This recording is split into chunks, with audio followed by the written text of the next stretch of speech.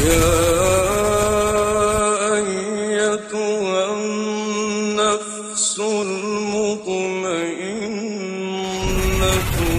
ارجعي إلى ربك راضية مرضية فادخلي في عبادي وادخلي جنتي. Donc, chers frères et sœurs, nous sommes entrés dans le mois qui précède le mois du Ramadan. Il s'agit du mois du Sha'ban. Et c'est un mois qui est béni. Un mois qui parfois on ne lui donne pas assez d'importance, un mois qu'on néglige. Mais le prophète sallallahu alayhi wa sallam ne l'a pas négligé. Et le prophète sallallahu alayhi wa sallam l'a spécifié avec une adoration très importante. Il s'agit de l'adoration du jeûne. Usama ibn Zayd radiyallahu anhuma rapporte qu'il a dit au prophète sallallahu alayhi wa sallam: je ne t'ai pas vu dans un mois autant, je t'ai pas vu jeûner dans un mois autant que tu le fais durant le mois de Sha'ban. C'est-à-dire, j'ai l'habitude de te voir jeûner, mais là où je te vois le plus jeûner, c'est le mois de Sha'ban. Et le prophète sallallahu alayhi wa sallam lui répondit, parce que là, Usama ibn Zayd était étonné. Pourquoi cette spécificité? Ceci montre que les compagnons ridwanullahi alayhim scrutaient les actes du prophète sallallahu alayhi wa sallam, qu'ils regardaient comment il pratiquait afin de s'imprégner de sa pratique et afin de l'imiter. Ceci est un mois, dit-il, le prophète sallallahu alayhi wa sallam, ceci est un mois à propos duquel les gens sont négligents. Ceci est un mois à propos duquel les gens sont négligents. Il se situe entre le mois de Rajab et le mois de Ramadan. C'est un mois durant lequel les actes sont élevés vers Allah. Et j'aime que mes actes soient élevés quand je jeûne. Et dans un autre hadith rapporté par Al-Bukhari et Muslim sur Aïcha radiyallahu anha, elle a dit: jamais je n'ai vu le prophète sallallahu alayhi wa sallam, le prophète sallallahu alayhi wa sallam avait l'habitude de jeûner et de multiplier le jeûne jour après jour jusqu'à ce qu'on dit il ne rompra jamais. Et parfois il rompait le jeûne jusqu'à ce qu'on dise il ne jeûnera pas. Mais jamais je ne l'ai vu jeûner autant que les jours du mois de Sha'ban. À partir des deux hadiths que nous avions cités, qu'est-ce qu'on peut tirer comme leçon? La première des leçons, c'est que le prophète sallallahu alayhi wa sallam multipliait le jeûne surérogatoire dans l'année. Et il ne se contentait pas du lundi et du jeudi et des jours blancs, à savoir le 13e, 14e et 15e jour de chaque mois lunaire. Si c'était le cas, Aïcha radiyallahu anha n'allait pas dire il jeûnait, il suivait le jeûne jusqu'à ce qu'on dise il ne va pas rompre. Ça veut dire quoi? Ça veut dire qu'il ne le fait pas qu'il le fait d'une manière continue. Le premier jour, le deuxième, le troisième. Donc ça montre qu'en plus du lundi et du jeudi, il jeûnait plusieurs autres jours jusqu'à ce qu'on dise il ne va pas rompre. Et parfois, il rompait plusieurs jours de suite jusqu'à ce qu'on dise il ne va pas jeûner. Et si le prophète sallallahu alayhi wa sallam accomplissait cet acte adoratif de cette manière, et s'il rompait cet acte adoratif aussi, c'est qu'il faut savoir que le prophète sallallahu alayhi wa sallam, rien que lorsque vous voyez les 10 dernières années de sa vie qu'il a passées à Médine, ces années étaient ponctuées par plusieurs conquêtes, plusieurs combats de djihad. Donc le prophète sallallahu alayhi wa sallam sortait pour le djihad, et peut-être que c'était à cause de cela qu'il rompait parfois le jeûne pendant une longue période. Mais si il était autochtone, il ne bougeait pas, peut-être qu'il jeûnait beaucoup plus que ce qu'il ne le faisait. Mais en tout état de cause, les savants disent que le jeûne du prophète sallallahu alayhi wa sallam, dont sa résultante dépasse le jeûne de Ayyub alayhi salam, qui jeûnait un jour et mangeait un jour. Si le prophète sallallahu alayhi wa sallam ne l'a pas fait, c'est parce qu'il avait beaucoup de préoccupations. Mais la résultante des jours que le prophète sallallahu alayhi wa sallam jeûnait dans l'année dépassait de loin la moitié de l'année, dépassait de loin 6 mois. Multipliez 6 mois par 30 jours et vous verrez combien le prophète sallallahu alayhi wa sallam jeûnait chaque année. Et si le prophète sallallahu alayhi wa sallam avait opté pour le choix du jeûne comme adoration surérogatoire, c'est que ce jeûne-là est très important. Et ceci est confirmé dans un hadith qui a été rapporté avec une chaîne de transmission bonne par l'imam Ahmed al-Nasa'i et al-Bayhaqi, dans lequel Abu Umam al-Bahili est venu voir le prophète sallallahu alayhi wa sallam et lui dit, Ya Rasulallah, désigne-moi une œuvre, demande-moi d'accomplir une œuvre qui me servira auprès d'Allah Azza wa Jal, qui me sera bénéfique auprès d'Allah Azza wa Jal. Et le prophète sallallahu alayhi wa sallam de lui dire, Alayka bis-sawm, tu n'as qu'à accomplir le jeûne, tu n'as qu'à jeûner parce qu'il n'y a rien qui l'égale. Il n'y a rien qui égale le jeûne. Et le prophète sallallahu alayhi wa sallam n'a pas montré dans quel domaine les autres adorations n'égalent pas le jeûne. Mais on peut bien entendu comprendre ce à quoi faisait le prophète sallallahu alayhi wa sallam allusion. Rien n'égale le jeûne dans les hasanat, puisque dans le hadith al-Qudsi, Allah Azza wa Jal a dit « Illa as-sawm fa innahu li » sauf ou à l'exception du jeûne, et il m'appartient et c'est moi qui le rétribue.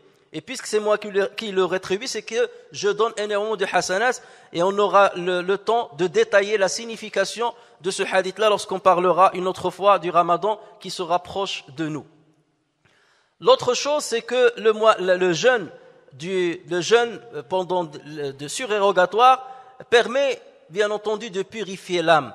Il permet de donner de la sagesse à la personne. Il permet de contrôler la colère de la personne. En plus des biens thérapeutiques qu'il apporte au corps et à la santé de la personne. Voilà pourquoi rien n'égale le jeûne au niveau de ses rétributions et au niveau des avantages qu'il apporte à celui qui l'accomplit. Chers frères et sœurs, on a dit que la première chose qu'on peut tirer des hadiths qu'on a cités, c'est que le jeûne est quelque chose de très important, et surtout pendant le mois de Sha'ban.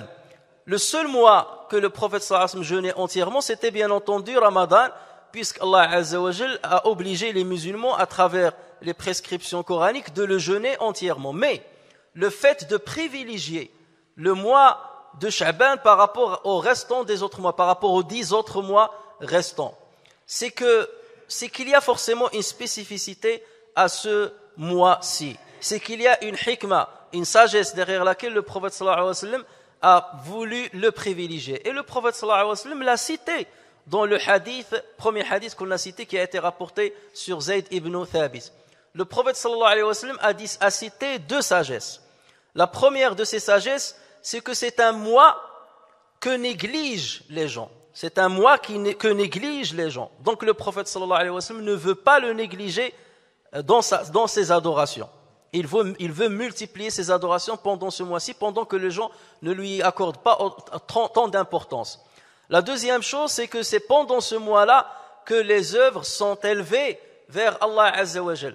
Et donc le prophète sallallahu alayhi wa sallam veut que pendant cette période-là, lorsque ces œuvres sont élevées, soient élevées avec le jeûne qu'il était en train d'accomplir. Alors venons-en à la première sagesse. Et c'est le troisième point dans ce que nous sommes en train d'extraire comme leçon de ces 2 hadiths. Première chose, c'est qu'il faut savoir que les moments et les endroits que les gens négligent à propos de leur adoration, ce sont les moments et les endroits où le musulman peut acquérir énormément de hasanat. Puisque justement, il n'y a que quelques personnes, qu'un petit pourcentage de musulmans qui s'intéressent à ces moments où les gens sont négligents. Et voilà pourquoi le mois de Sha'ban a été privilégié par le prophète sallallahu alayhi wa sallam, parce qu'il dit-il, il est venu entre le mois de Rajab et le mois de Ramadan. Et par habitude, les musulmans donnent beaucoup d'importance au mois de Rajab parce qu'il fait partie des 4 mois sacrés. Nous savons très bien qu'Allah Azza wa Jal dans le Coran nous a montré que l'année est composée de 12 mois. Parmi ces 12 mois, il y en a 4 qui sont sacrés, 3 qui se suivent, et le mois de Rajab tout seul, qui est considéré comme un mois sacré. C'est un mois qui était sacré même à l'époque anté-islamique. Les Arabes respectaient ce mois-ci. Les Arabes n'accomplissaient pas de guerre, n'entraient pas dans les guerres, ils manifestaient une certaine paix, ils installaient la paix entre eux pendant ce mois-ci. Les musulmans aussi. Et pendant ce mois-ci, Rajab, les musulmans se préservaient au maximum de toute injustice et de tout péché. Puisqu'Allah Azza wa Jal, en parlant des mois sacrés, a dit dans le Coran, le nombre de mois auprès d'Allah est de 12 dans la prescription d'Allah. Le jour où il créa les cieux et la terre, 4 d'entre eux sont sacrés. telle est la religion droite. Durant ces mois, c'est ça qui nous intéresse, durant ces mois, ne faites pas de tort à vous-même. Donc là, faire du tort à soi-même est quelque chose qui est interdit toute l'année. Mais pendant ces mois-ci, cette interdiction devient plus insistante. Donc les musulmans, en se soumettant à ce verset-là, ils prennent leur garde pendant le mois de Rajab. Donc ils lui donnent énormément d'importance pour ne pas tomber dans le péché. Et ils font la même chose pour le mois du Ramadan, puisque c'est le mois que nous jeûnons, le mois pendant lequel on accomplit le 4e pilier de l'islam. C'est le mois où on préserve sa parole, on préserve ses parties intimes, on préserve même son corps de trop d'alimentation. Donc, voilà pourquoi le Sha'ban qui est venu entre ces deux mois-là est un mois que les gens négligent. Ils donnent beaucoup d'importance à Rajab, beaucoup d'importance à Ramadan, et ils oublient Sha'ban. Et parce que les gens le négligent, Allah Azza wa Jal, le prophète sallallahu alayhi wa sallam ne veut pas le négliger. Pourquoi? Parce que tous les moments qui sont négligés par les gens sont les meilleurs moments où normalement ceux qui sont proches de Dieu, ou les vertueux, ou ceux qui veulent être parmi les premiers dans le paradis, utilisent pour adorer plus Dieu et pour se rapprocher de plus en plus de Allah Azza wa Jal. Chers frères, comme nous avions dit, le fait de multiplier les adorations pendant des moments qui sont négligés par la majorité des gens, la récompense est grandiose auprès de Allah Azza wa Jal. Regardez comment Allah Azza wa Jal donne énormément de hasanat pour les prières qu'on accomplit entre la prière de l'Maghrib et l'Isha. C'est une période qu'appellent les savants la période du négligence, où les gens négligent les prières entre le Maghrib et l'Isha. Et Salafun as-Salih ainsi que les pieux et les vertueux de notre communauté multipliaient les prières entre le Maghrib et l'Isha. Pourquoi? Parce que c'est un moment où les gens négligent la prière. Donc ils en profitent pour qu'il y ait toujours les meilleurs, l'élite des musulmans qui continuent d'invoquer Dieu et de l'évoquer et de prier pour lui pendant cette période. Voilà pourquoi le fait de prier au milieu de la nuit, veiller pendant le milieu de la nuit à prier Allah Azza wa Jal, Allah Azza wa Jal la récompense énormément. Pourquoi? Parce que la majorité des gens sont en train de dormir. Ils négligent la prière et l'adoration pendant ce moment-là. Et c'est là où ceux qui sont à proximité d'Allah Azza wa Jal se lèvent afin de multiplier les invocations et la prière. Donc Allah Azza wa Jal leur donne exceptionnellement des récompenses qui sont énormes. Voilà pourquoi Allah Azza wa Jal donne une grande récompense à ceux qui adorent Dieu pendant les périodes des grandes calamités. Le prophète sallallahu alayhi wa sallam a dit l'adoration pendant la période de l'Harj, ça veut dire la période de l'Fitan, la période des calamités où les gens sont trop tués entre eux, où il n'y a pas de sécurité, c'est comme une immigration vers moi, ça veut dire une migration vers Médine. Celui qui multiplie les adorations pendant les périodes difficiles comme la nôtre, c'est comme il aura la récompense de celui qui a accompli le hijra à Médine pour rejoindre le prophète sallallahu alayhi wa sallam. Pourquoi? Parce que dans les périodes de calamité, les gens s'éloignent de la religion. Et c'est là justement où les pieux doivent continuer à adorer Allah Azza wa Jal. Voilà pourquoi le prophète sallallahu alayhi wa sallam dit, celui qui entre dans le marché et dit La ilaha illallah wahdahu la sharika lah, lahul mulku wa lahul hamd, yuhyi wa yumit wa huwa hayyun la yamut, biyadihi al-khayr wa huwa ala kulli shay'in qadir. Allah Azza wa Jal lui donne 1000 fois 1000, ça veut dire 1 million de hasana, il lui enlève 1 million de sayyi'a et il l'élève 1 million de degrés. Le hadith a été considéré authentique par plusieurs savants, bon par plusieurs savants comme Shawkani al-Albani. Certains ont dit la fin du hadith, on ne l'accepte pas parce qu'il a parlé de 1000 fois, ça veut dire 1 million, et ce nombre-là n'était pas habituellement cité par les Arabes de l'époque. Mais la signification, disent-ils, même Imam Shawkani, il dit le minimum qu'on puisse dire sur ce hadith, surtout sur la première partie, c'est que c'est un hadith qui est Hassan. Ça veut dire pourquoi justement, et on ne peut pas, c'est-à-dire pourquoi ils ont commencé à parler de ce hadith, parce qu'ils disent l'œuvre elle est minime, le simple fait de répéter une formule et avoir autant de hasanat, c'est pas possible. Ben ça peut être possible. Allah Azza wa Jal, lorsqu'il donne sa miséricorde, il peut la donner sans limite et sans calculer. Mais il l'a apprêté à qui? À celui qui se rappellera de lui au moment où il rentre dans le marché. L'endroit où on s'éloigne le plus de Dieu, l'endroit où on est le plus attaché à la terre, l'endroit où on ne pense qu'on négocie qu'à l'argent. Et qui parmi nous, justement, a l'habitude à chaque fois d'entrer dans un marché, dans un supermarché, dans un magasin, qui a l'habitude de dire ce dua? Rares sont ceux qui le disent. Et c'est pour cela, justement, que la récompense est exceptionnelle. Parce qu'elle est accordée aux rares personnes qui se rappellent d'Allah Azza wa Jalla à un moment où tout le monde l'oublie, à un moment où tout le monde est intéressé à la vie.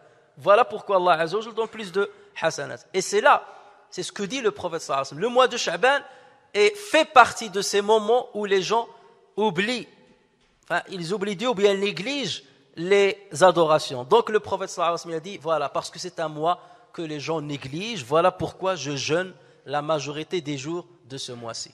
Et les savants disent, il faut qu'il y ait toujours dans la communauté musulmane ce qu'on appelle le mufarridoun, les exceptionnels, les rares, qui continuent d'adorer Allah Azza wa Jalla pendant que les autres sont dans l'inconscience. Et c'est peut-être grâce à eux que Allah Azza wa Jalla accorde sa miséricorde à toute la communauté musulmane. C'est grâce à ces quelques personnes qui continuent de se rappeler de Dieu à un moment où les gens l'oublient. Nous avions dit, chers frères, que le prophète sallallahu alayhi wa sallam a cité deux sagesses pour lesquelles, ou à cause desquelles, ou grâce desquelles, il a multiplié le jeûne pendant le mois de Sha'ban. La première, c'est que c'est une période que négligent les gens. Et le prophète sallallahu alayhi wa sallam ne veut pas négliger l'adoration pendant cette période spécifique. La deuxième chose, a dit le prophète sallallahu alayhi wa sallam, parce que c'est une période où Allah Azza wa Jal, où les œuvres des humains sont élevées à Allah Azza wa Jal. Et lorsque nous voyons la sunna du prophète sallallahu alayhi wa sallam, nous allons nous rendre compte qu'il y a 4 étapes dans lesquelles les œuvres des humains sont élevées vers Allah Azza wa Jal. D'abord, il y a des œuvres qui sont élevées tous les jours, ensuite chaque semaine, ensuite chaque année, et ensuite à la fin de notre existence sur terre. Chaque jour, c'est au moment de la prière de Subh et au moment de la prière de l'Asr, ce que le prophète sallallahu alayhi wa sallam appelle les prières de fraîcheur, puisque c'est dans cette prière-là où le soleil, donc, soit il n'existe pas comme la prière de Subh, où il commence à coucher, donc où il fait le moins froid. Et le prophète sallallahu alayhi wa sallam a dit celui qui prie. Et lorsqu'il dit celui qui prie, ça veut dire il va respecter l'heure et il va le faire en groupe. Celui qui respecte le bon accomplissement de la prière de Subh et le bon accomplissement de la prière de Al-Asr, il entrera au paradis. C'est en ce moment-là que les anges s'alternent. Un groupe d'anges descend et un groupe d'anges monte avec les œuvres qu'ont accompli les croyants et les non-croyants d'ailleurs. Tout ce que tu as accompli dans la nuit va être élevé à Allah Azza wa Jal pendant Subh. Tout ce que tu as accompli pendant la journée va être élevé à Allah Azza wa Jal pendant la prière de l'Asr. Et voilà pourquoi le musulman est invité à accomplir cette prière de la meilleure des façons, en groupe, au bon moment, pour que la dernière œuvre qui est inscrite dans son sahifa soit une bonne œuvre, la prière en groupe à l'heure. Deuxième moment où les œuvres sont élevées à Allah Azza wa Jal, c'est le lundi et le jeudi, comme l'a montré le prophète sallallahu alayhi wa sallam dans le hadith authentique. Voilà pourquoi le prophète sallallahu alayhi wa sallam, il jeûnait sans cesse le lundi. Troisième moment, c'est Sha'ban, comme l'a dit le prophète sallallahu alayhi wa sallam dans le premier hadith qu'on a cité au début de ce Jumu'ah. C'est pendant Sha'ban, les œuvres de l'année sont élevées à Allah Azza wa Jal. Et enfin, au moment où notre âme nous quitte nos corps, là aussi nos œuvres montent. Les savants se sont posé la question, pourquoi Allah Azza wa Jal demande aux anges d'élever à lui les œuvres des êtres humains? Certains ont dit, on ne veut pas rentrer, il y a forcément une hikmah le prophète sallallahu n'a pas montré, donc on n'a pas à essayer de la comprendre. Mais toujours est-il que certains posent la question, ils disent, puisque les œuvres montent tous les jours, pourquoi les faire monter chaque semaine et pourquoi les faire monter chaque année, puisqu'ils sont montés tous les jours? Même d'autres disent, puisqu'Allah Azza wa Jal sait pertinemment ce que nous faisons à chaque instant, ce que nous cachons à chaque instant, pourquoi aurait-il, et je le dis au conditionnel, besoin, alors que Allah n'a besoin de rien, bien entendu, que les œuvres des êtres humains soient élevées vers lui? Non, Allah n'a pas besoin que les anges lui montrent ce que les humains ont fait ou n'ont pas fait. Il sait pertinemment ce qui a été fait.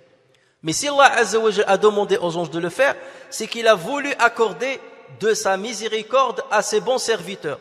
C'est qu'il a donné la chance aux serviteurs qui continuent d'invoquer Allah Azza wa Jal d'une manière régulière et d'une manière continue. C'est pas, je prie un moment, j'arrête pendant je ne sais pas combien de temps, je jeûne le mois du Ramadan, après j'oublie Allah Azza wa Jal. Non, Allah Azza wa Jal veut à chaque fois donner la chance à ses serviteurs. Et Allah Azza wa Jal appartient le meilleur exemple. Lorsque vous avez un prof, il fait des examens à ses élèves, des interrogations chaque semaine, chaque mois peut-être, et à la fin de l'année, il leur fait le grand examen. Et à la fin d'une certaine période, il y a le bac qui représente, bien que c'est plus le bac d'aujourd'hui, n'est plus le bac d'autrefois. C'est un examen qui a une certaine valeur. Mais bien entendu, celui qui est régulier depuis le départ, il est toujours gagnant. Il est toujours gagnant et il est au rendez-vous à chaque fois. Mais celui qui a raté les interrogations de la semaine ou les interrogations du mois, il a toujours la fin de l'année pour se rattraper. On lui donne cette chance dans le grand examen de se rattraper et d'avoir peut-être plus de points qui vont être multipliés que les points qu'il a perdus durant toute l'année. Et à Allah appartient le meilleur exemple. Ce n'est seulement un exemple que pour essayer de comprendre. Et certains savants ont donné cette explication. C'est qu'Allah Azza wa Jalla donne la chance à ses serviteurs en leur disant: je demande à mes anges d'élever vos œuvres chaque jour, 2 fois par jour. Comme ça, si vous voulez que vos œuvres, vos mauvaises œuvres soient purifiées, essayez d'accomplir bien comme il le faut la prière de l'Sobh et la prière de Al-Asr. Si dans vos œuvres, je vois que la dernière chose que vous avez faite, la prière de Sobh, il se peut que je vous efface tous les péchés que vous avez commis pendant la nuit. Si la dernière œuvre que vous avez accomplie dans la journée, c'est la prière de l'Asr en groupe et à l'heure, il se peut que je vous efface tous les péchés que je vous avais fait pendant la journée. Vous avez raté cette chance. Je vous donne 2 autres chances dans la semaine, le lundi et le jeudi. Si je trouve que les dernières œuvres que vous avez accomplies le lundi, c'est le jeûne, il se peut que je vous pardonne tous les péchés que vous avez accomplis du jeudi jusqu'à lundi. Et si je vois que la dernière œuvre que vous avez accomplie le jeudi, c'est le jeûne, il se peut que je vous absous tous les péchés que vous avez accomplis entre lundi et jeudi. C'est une deuxième chance que je vous donne. Et à supposer que les musulmans n'ont pas profité de ces moments-là, n'ont pas multiplié les œuvres ces moments-là, Allah Azza wa Jalla leur donne un 3e rendez-vous, le mois de Sha'ban. Les œuvres sont élevées vers Allah Azza wa Jalla. Et si Allah Azza wa Jalla voit que les dernières œuvres de son croyant, du croyant, c'est le jeûne, il a multiplié le jeûne pendant le mois de Sha'ban, il se peut qu'il lui pardonne tous les péchés de l'année qui est passée. Que veut le musulman après toutes ces chances qu'Allah Azza wa Jalla met entre ses mains? Ceci ne témoigne-t-il pas de la clémence, de la miséricorde de Dieu? Ceci ne témoigne-t-il pas qu'Allah Azza wa Jalla veut donner toujours la chance à ses serviteurs de se repentir et de renouveler le pacte avec lui et d'ouvrir une nouvelle page de leur vie? Donc cette chance, chers frères et sœurs, nous est donnée aujourd'hui. Nous venons de débuter le mois de Sha'ban. Multipliez le jeûne autant que vous pouvez. Si vous ne pouvez pas plusieurs jours, quelques jours au moins. Parce qu'il se peut qu'en ce mois-là, Allah Azza wa Jal, par ce jeûne, par lequel on va terminer les œuvres de l'année dernière, on a commencé avec le Ramadan dernier et on va finir avec les œuvres de Sha'ban actuelles. Donc il se peut qu'on ait commencé bien comme il faut, qu'on ait terminé bien comme il le faut et que Allah Azza wa Jal nous pardonne tous les péchés qu'on a commis entre ces 2 périodes. Et Allah Azza wa Jal est capable de tout, bien entendu, et il est clément et sa miséricorde a dépassé tout ce qu'on peut imaginer, donc profitons-en. Nous avons l'habitude, chers frères, majoritairement, de démarrer quelque part le moteur, et ça c'est un sens métaphorique, figuré, de démarrer le moteur le début de Ramadan. Le moteur ne chauffe qu'à la fin de Ramadan. C'est là où tu vois les musulmans venir à la mosquée, multiplier les œuvres et tout. Mais les vrais vertueux, ils démarrent le moteur pendant Sha'ban. Voilà pourquoi le prophète a multiplié le maximum le jeûne pendant Sha'ban, beaucoup plus que n'importe quel mois.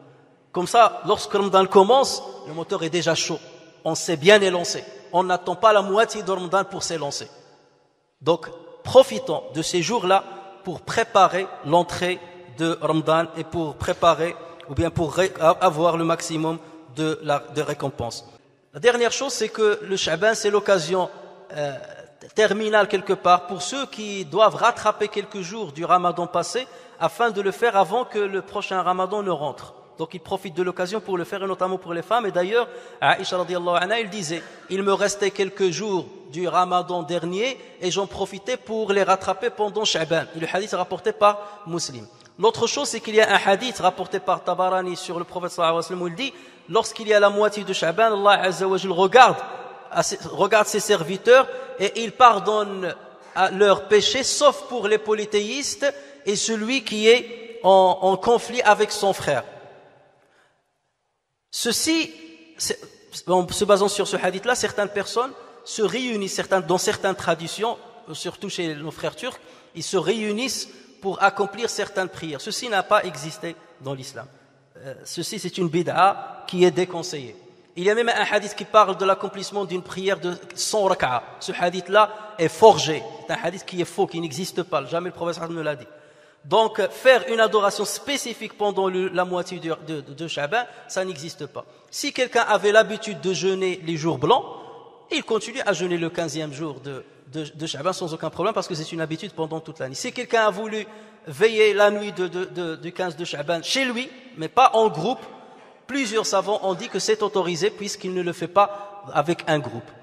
Donc, voilà ce qu'on peut dire sur ce mois-ci. Donc, profitons tant que le mois vient de commencer afin de mieux préparer le mois béni prochain dans lequel nous espérons qu'Allah Azza wa Jal va nous purifier de tous les péchés que nous avons accomplis durant cette dernière année.